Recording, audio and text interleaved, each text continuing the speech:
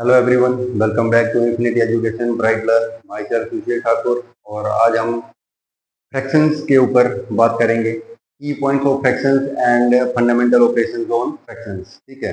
भिन्नों के रूप में हम जो क्वेश्चंस आते हैं हमारे पास, उनको कैसे सोल्व करते हैं, उनके क्या की पॉइंट्स हैं, महत्वपूर्ण जो बिंदु हैं वो क्या हमें याद रखने चाहिए, उनके बारे में पहले हम बात करेंगे। ठीक है। पहले तो ये है कि भिन्न क्या होती है। भिन्न भिन्न यानी कि फ्रैक्शन क्या होती है। किसी संख्या को बराबर भागों में बांटने पर, ठीक है, बराबर बराबर भागों में बांटने पर जो संख्या प्राप्त होती है उसे भिन्न कहते हैं। A fraction represent a part of whole. ठीक है, कि कोई भी संख्या है उसको हमने क्या है, बराबर भागों में बांटना है। मान लो कि यहाँ पे कोई आपके पास क्या है, 20 चॉकलेट्स हैं। 20 चॉकलेट्स को 5 बराबर भागों में बांटना है। 5 बराबर भागों में बांटेंगे तो हमें क्या करना पड़ेगा, डिवाइड करना पड़ेगा इसको, है ना। डिवाइड करके क्या आ जाएगा, 4 आ जाएगा हमारे पास। ठीक है। तो यही चीज क्या है, भिन्न के रूप में हम यहाँ पे देखेंगे इन्हीं चीजों को। यानी कि कोई भी चीज है उसको अगर हम बराबर भागों में बांट रहे हैं तो वो क्या होता है, फ्रैक्शन कहलाता है उसका। ठीक है। या ये देखना है कि 5 जो है 20 का कौन सा हिस्सा है। 5 जो है वो 20 का कितना है, टोटल कितने हैं वो हमारा नीचे रहेगा। ऊपर कितने, 5 का निकाल रहे हैं हम। 5 का निकालेंगे तो कितना आ जाएगा, 1/4। 5 को हम क्या बोल सकते हैं, 1/4 पार्ट, 1/4 हिस्सा, 1/4 हिस्सा जो है वो 5 को बोल सकते हैं हम। ठीक है। तो फ्रैक्शन क्या होता है, उसमें एक न्यूमिरेटर होता है, और एक क्या होता है, डिनोमिनेटर होता है, अंश और हर। ऊपर वाली जो वैल्यू होती है उसको हम बोलते हैं अंश, और नीचे वाली जो वैल्यू होती है उसको बोलते हैं हर। अंश और हर लिखा जाता है हमेशा उसमें ना। ठीक है। जैसे यहाँ पे ये दिया हुआ है क्या, 3/4। 3/4 यानी कि 3 part out of 4 equal parts, 4 हिस्सों में से 3 हिस्से। ठीक है, 3/4 लिखा हुआ है। ठीक है, तो उसका मतलब क्या हुआ, टोटल 4 हिस्से हैं, उसमें से 3 हिस्से। ठीक है, ये रिप्रेजेंट कर रहा है इसको। ठीक है, देखते हैं आगे। सिर्फ इसमें भिन्न में आपको ये याद रखना है पहले कि एक तो न्यूमरेटर होता है और एक डिनोमिनेटर होता है। यानी कि एक ऊपर वाली वैल्यू को अंश बोलते हैं और नीचे वाली को हर बोलते हैं। ठीक है जी।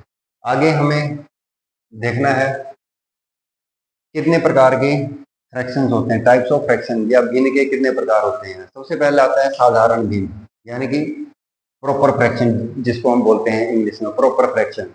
प्रॉपर फ्रैक्शन क्या होती है, न्यूमिरेटर लेस देन डिनोमिनेटर है। न्यूमिरेटर यानी कि ऊपर वाली वैल्यू अगर आपकी नीचे वाली वैल्यू से ज्यादा दी हुई है, ठीक है, सॉरी, ऊपर वाली वैल्यू जो है वो नीचे वाली वैल्यू से कम है, ज्यादा नहीं है, कम है।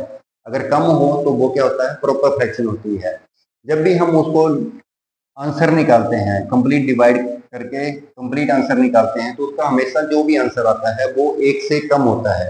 जैसे यहाँ पे 3/4 दिया हुआ है, 3 क्या है, छोटा है नीचे वाली वैल्यू से। ठीक है। ऐसे अगर हम एक एग्जांपल देखें यहाँ पे, जैसे 1/2 है। मान लो हम 1/2 को लेते हैं, ये क्या है, एक प्रॉपर फ्रैक्शन है, भिन्न है ये। ठीक है। अब इसमें क्या है, अंश जो है वो हर से छोटा है। अंश जो है वो हर से छोटा है।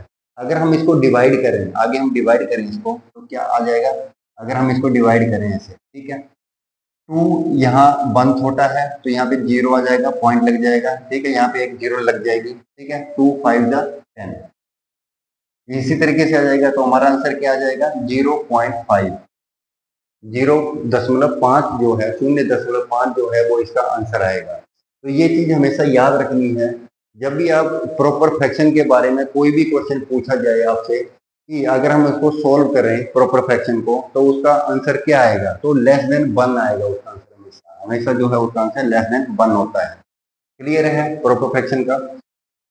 इम्प्रॉपर फ्रैक्शन, असाधारण भिन्न। इम्प्रॉपर में क्या होता है, उल्टा हो जाएगा। इम्प्रॉपर में जो प्रॉपर है उसका उल्टा जो है वो इम्प्रॉपर होता है। यानी कि न्यूमिनेटर जो है वो डिनोमिनेटर से बड़ा होता है। Numerator is greater than denominator, अंश जो है वो हर से बड़ा होगा इसमें। ठीक है।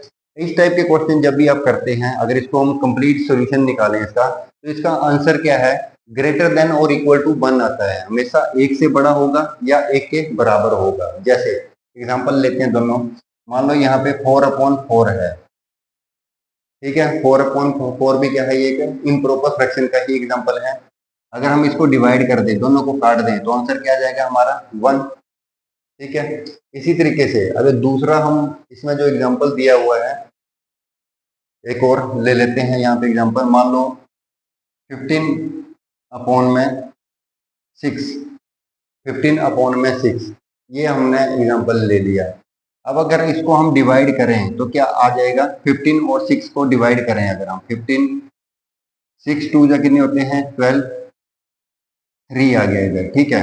यहाँ पे दशमलव लग गया, पॉइंट लग गया, यहाँ 0 आ जाएगी।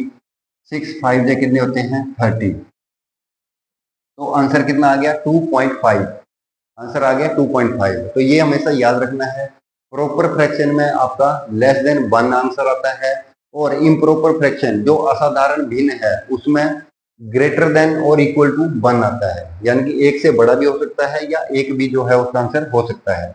उसके बाद आगे हम देखते हैं मिश्रित भिन्न, यानी कि मिक्स्ड फ्रैक्शन। मिक्स्ड फ्रैक्शन क्या है, कोई भी फ्रैक्शन इस तरीके से अगर लिखी हुई है, एक डिजिट यहाँ पे लिखा हुआ है और एक आगे फ्रैक्शन लिखी हुई है साथ में, तो ये मिक्स फ्रैक्शन इसको जो है वो बोलते हैं, हम मिक्स फ्रैक्शन बोलते हैं, तो ठीक है। Combination of whole number and plus में फ्रैक्शन। एक तो होल नंबर दिया रहेगा आपके पास, जैसे मान लो 2, और साथ में फ्रैक्शन दी होगी 1/4, कुछ भी हो सकता है एग्जाम्पल में इस तरीके से, ठीक है। होल नंबर होगा साथ में फ्रैक्शन होगी, दोनों को जोड़ के जो भी हमारा यहाँ पे दिया होगा इस तरीके से लिखा होगा, तो उसको हम बोलेंगे मिक्स्ड फ्रैक्शन, यानी कि मिश्रित भिन्न जो है उसको पढ़ेंगे हम। उसके बाद है सम भिन्न, लाइक फ्रैक्शंस। लाइक फ्रैक्शंस क्या होते हैं, जिनका डिनोमिनेटर यानी कि हर, जिनका जो नीचे वाली वैल्यू है, हर जो लिखा हुआ है वो इक्वल होता है, बराबर होता है। जैसे 4 दिया हुआ है, 4 दिया हुआ है दोनों में, तो ये क्या होगा, समान भिन्न होंगे। समान भिन्न यानी कि लाइक फ्रैक्शंस होती है, सम भिन्न, ठीक है। ऊपर चेंज हो सकता है, नीचे क्या होगा, इक्वल रहेगा, तो इसको बोलेंगे हम लाइक फ्रैक्शन। और विषम भिन्न, अनलाइक फ्रैक्शंस मतलब क्या है, नाम से ही पता चल रहा है, विषम। विषम अनलाइक, अनलाइक यानी कि एक दूसरे से मैच नहीं कर रही होंगी, अलग अलग नंबर्स होंगे उसमें, ठीक है। जैसे यहाँ पे 4 दिया हुआ है, यहाँ पे 5 दिया हुआ है, ये क्या है, विषम है, विषम भिन्न है, अनलाइक फ्रैक्शंस है ये, ठीक है। क्लियर हो गया। 5 टाइप की भिन्न है हमारे पास, साधारण भिन्न, असाधारण भिन्न, मिश्रित भिन्न, सम भिन्न और विषम भिन्न, ठीक है। अगर इंग्लिश में देखें हम, प्रॉपर फ्रैक्शन, इम्प्रॉपर फ्रैक्शन और मिक्स फ्रैक्शन, उसके बाद लाइक फ्रैक्शन और उसके बाद अनलाइक फ्रैक्शन। नेक्स्ट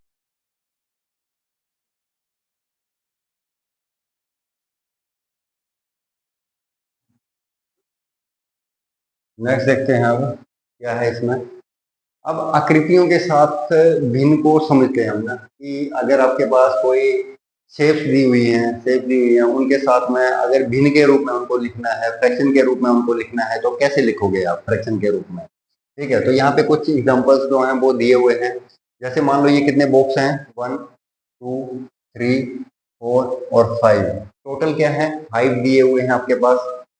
तो हम नीचे क्या लिख देंगे, सबसे पहले 5 टोटल है, टोटल हमेशा नीचे आता है ना, ठीक है। टोटल हमेशा हम नीचे लिखते हैं। जैसे हमें एग्जाम में मार्क्स मिलते हैं, एग्जाम में मार्क्स, मान लो कि 50 नंबर का मार्क्स था हमारे पास, 50 मार्क्स का क्वेश्चन पेपर था कोई, तो नीचे क्या लिखा रहता है 50, और आपने कितने अंक प्राप्त किए वो ऊपर लिखा रहता है। यहाँ पे 50 में से 48 अंक जो है वो आपको मिले। तो यही फ्रैक्शंस है, ये एक एग्जाम्पल है फ्रैक्शन का, लाइव एग्जाम्पल जो हम हर रोज देखते हैं, जो भी हमें स्कूल में मार्क्स मिलते हैं वो इसी टाइप में दिए जाते हैं वहाँ पे। तो टोटल नंबर हमेशा क्या है, नीचे रहता है, और ऊपर उतने टोटल में से कितने मिले आपको, वो क्या है, ऊपर लिखा जाता है। तो इसमें क्या है, आपने, आपके पास कितनी फील्ड जो है वो इसमें शेप्स जो है वो दिए हुए हैं, कितने पोर्शन जो है वो फील्ड है, टोटल है 5, 5 में से कितने फील्ड जो है भरे हुए हैं 2।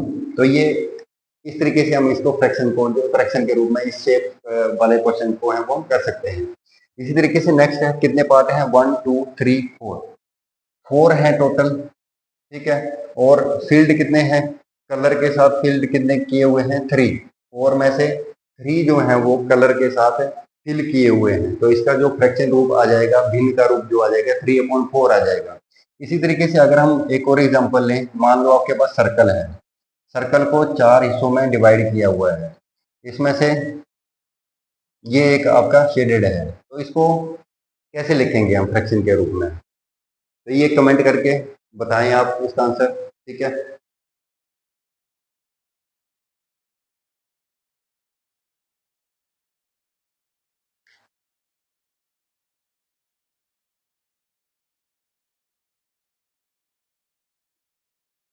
अब क्या है, इक्विवेलेंट फ्रैक्शंस क्या होती हैं। नेक्स्ट जो टॉपिक है हमारा, इक्विवेलेंट फ्रैक्शन क्या है, यानी कि समान भिन्न क्या है, समान भिन्न। अब इसमें क्या लिखा हुआ है, equivalent fractions are fractions that represent the same value even though they may look different, they may look different. देखने में वो अलग अलग हो सकती हैं, देखने में आपको लग रहा होगा कि वो अलग अलग है, लेकिन उनका जब हम सोल्व करते हैं उनका आंसर क्या है, सेम आता है। तो वही इक्विवेलेंट फ्रैक्शंस होती हैं, यानी कि वही समान भिन्न होती हैं, ठीक है। देखने में अलग अलग रहेंगी पर आंसर उनका सेम रहेगा। जैसे अगर हम एग्जांपल लें, 1/2, 2/4, 3/6 या 4/8, ये हमारे पास चार जो है फ्रैक्शन जो है यहाँ पे दी हुई है। अब इनको, ये क्या है, इक्विवेलेंट है, समान भिन्न है, लेकिन कैसे आपको समझ में भी आना चाहिए ये। पहली क्या है, इसको हम सोल्व नहीं कर सकते हैं, 1/2 जो है इसका सिंपलेस्ट फॉर्म है ये, ठीक है। दूसरी को अगर हम देखें, 2 से हो जाएगा, क्या आ जाएगा, इसको डिवाइड करके 1/2, इसको 3 से हो जाएगा दोनों को, इसमें भी क्या आ जाएगा, 1/2, इसको भी अगर हम डिवाइड करें 4 2 जा 8, क्या हो जाएगा, 1/2। देखने में तो ये अलग अलग लग रही थी सारी, 1/2, 2/4, 3/6, 4/8 अलग अलग थी सारी, क्योंकि डिजिट अलग अलग थे इसमें। लेकिन जब हमने इनको सिंप्लीफाई किया, सोल्व किया इनको, तो हमारा आंसर क्या आया, सेम आया सबका, 1/2 ही आ रहा है सबका। तो ये क्या है, इक्विवेलेंट फ्रैक्शंस का एग्जांपल है ये, यानी कि समान भिन्न का एग्जांपल है ये, उदाहरण है ये, ठीक है। अब क्या है, एक तो ये फ्रैक्शन के रूप में आ गया, इस तरीके से भी आप निकाल सकते हैं। दूसरा क्या है, आप इसको डिवाइड कर दो, अगर डिवाइड कर दें हम सीधा डायरेक्ट तो भी हमारा सबका आंसर कितना आएगा, 0.5 जो है सबका आंसर डिवाइड करके आएगा। क्योंकि 1 को अगर जब भी हम 2 से डिवाइड करें, 1 को अगर हम 2 से डिवाइड कर रहे हैं तो पहले क्या आएगा, 0, यहाँ पे 0 लग जाएगा, ठीक है, 2 5 जा 10, तो क्या आ जाएगा, 0.5 जो है आपके पास आंसर हमेशा आएगा, ठीक है। इसी तरीके से यहाँ पे दिया हुआ है ये एग्जांपल, ये भी इक्विवेलेंट फ्रैक्शंस का ही एग्जांपल है। जैसे 2/3 दिया हुआ है, ये सिंपलेस्ट फॉर्म में है। 4/6 को अगर हम 4/6 को करें, 2 से हो जाएगा ये, क्योंकि दोनों इवन नंबर हैं, 2 2 जा 4, 2 3 जा 6, 2/3 आ गया इसका भी, ठीक है। आगे 6/9 है, 6/9, 3 से हो जाएगा, 3 2 जा 6 और 3 3 जा 9, 2/3 हो जाएगा। तो तीनों सेम आ रहे हैं, देखने में बिल्कुल अलग अलग लग रहे थे आपको, लेकिन जब सोल्व किया हमने तो उनका जो आंसर आ रहा है वो सेम आ रहा है। इसलिए ये क्या है, इक्विवेलेंट फ्रैक्शंस हैं, यानी कि समान भिन्न है, ये याद रहेगा। चलो आगे देखते हैं।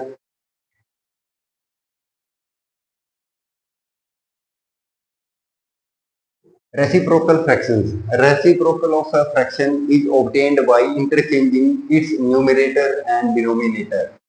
ठीक है, तो इसका बोलने का मतलब क्या है, किसी भी भिन्न का व्युत्क्रम, रेसिप्रोकल यानी कि व्युत्क्रम, उल्टा अंश और हर को आपस में बदल दें तो क्या हो जाएगा, उसका रेसिप्रोकल हो जाएगा। जैसे भिन्न को हम, कोई फ्रैक्शन है इसको हम ऐसे लिखते हैं, न्यूमरेटर और डिनोमिनेटर के रूप में लिखते हैं। हमें क्या है, रेसिप्रोकल चाहिए, रेसिप्रोकल यानी कि जो नीचे वाली वैल्यू है उसको ऊपर ले जाएंगे हम, डिनोमिनेटर, और यहाँ पे न्यूमरेटर की जगह पे ले जाएंगे, उल्टा करना है दोनों को, ठीक है। उल्टा कर दोगे तो वो उसका रेसिप्रोकल हो जाएगा। जैसे मान लो 4/5 का रेसिप्रोकल पूछा हुआ है, व्युत्क्रम पूछा हुआ है आपसे, तो सीधा सीधा सिंपल है, ये क्या आ जाएगा, 5/4। इसी तरीके से अगर आपके पास पूछा गया है कि 4 का रेसिप्रोकल क्या होगा, 4 का, नीचे कुछ भी नहीं है, इसका मतलब क्या है, अगर हम इसको फ्रैक्शन के रूप में लिखें तो यहाँ पे क्या होना चाहिए, 1, जहाँ पे कुछ नहीं वहां पे क्या होगा, 1 होगा, ठीक है। तो इसका रेसिप्रोकल क्या हो जाएगा, 1/4, सिंपल है ये, ठीक है, याद रहेगा। उसी तरीके से 0 हैज नो रेसिप्रोकल, 0 का कोई भी रेसिप्रोकल नहीं होता है, व्युत्क्रम नहीं होता है, because division by 0 is not possible, 0 से भाग जो है वो संभव नहीं है, 0 का रेसिप्रोकल नहीं होता है। ये क्वेश्चन भी पूछ सकता है एग्जामिनर आपसे, इस चीज का ध्यान रखना है आपने। आगे देखते हैं।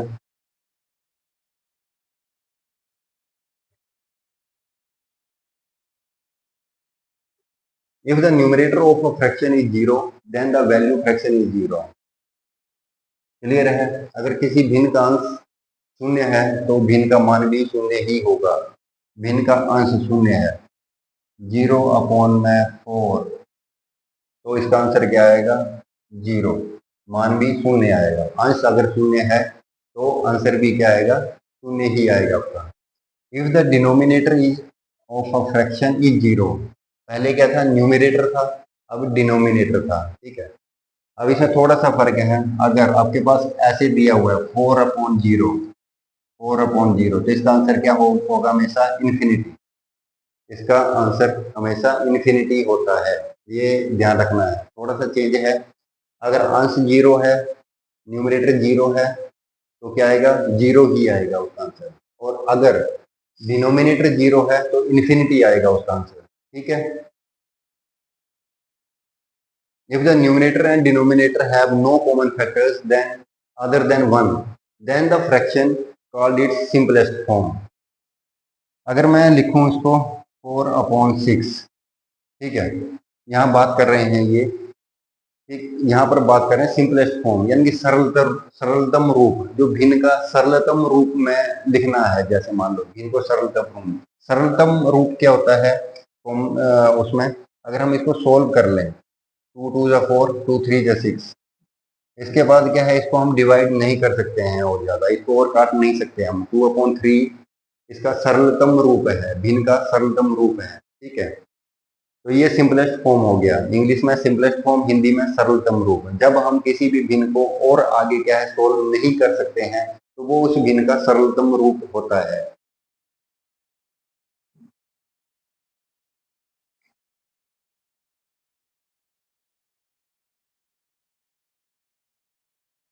तो ये थे कुछ भिन्नों के ऊपर, फ्रैक्शंस के ऊपर में कुछ मेन बिंदु, मुख्य पॉइंट जो कि आपको याद रखने चाहिए, टॉपिक्स।